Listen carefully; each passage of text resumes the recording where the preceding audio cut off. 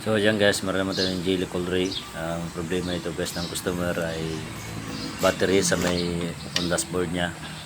So nagpakabit kasi ito ng guys ng GPS. So nagkaroon ito ng problema guys. Ayan.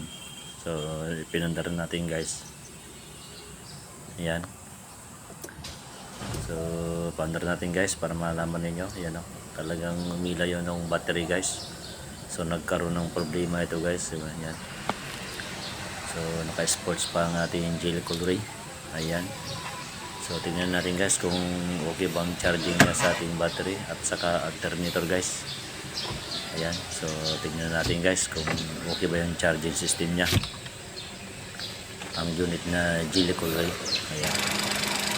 So ingatan natin ang kanyang voltage. So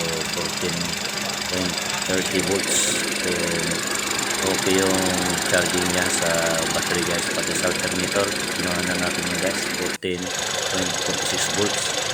So ibig sabihin okay yung guys.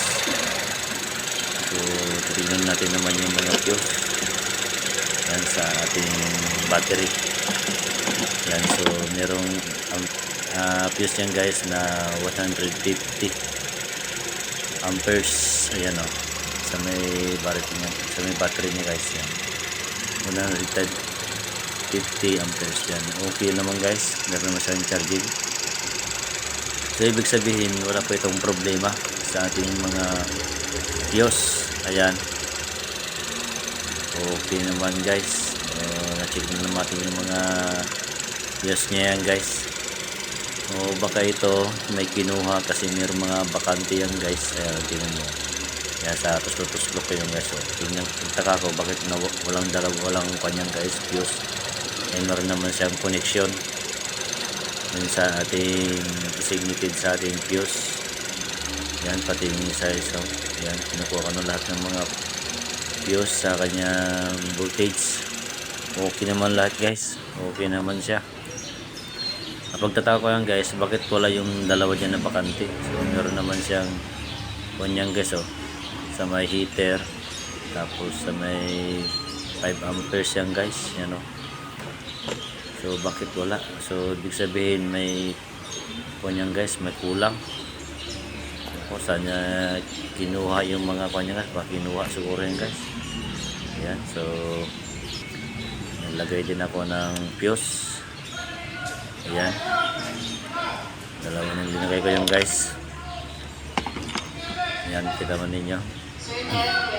So meron pang kanyang guys 20 amperes. So lagay pa natin yan guys isa sa vacuum yan guys. Ayan o. So yan, papalitan natin din yan. Lagyan natin ng fuse. Ayan. So okay na guys, lagyan natin yung mga fuse. So try natin guys kung mawawala yung kanyang side na battery sa ating dashboard. Ayan, so i-on natin yan guys. Ayan, naka-on na. So try natin start yan guys. Tingnan kung mawawala na yung battery na side. Ayan, so mandar na. So ayan, natsambahan guys. Ayan, wala na yung kanyang side na battery. Ayan. Sana meron kayong natutunan sa aking vlog ngayon ito sa ating jelly Ray na about sa fuse. Maraming salamat po sa manonood sa aking YouTube channel. Maris lang po. Ayan, bye bye.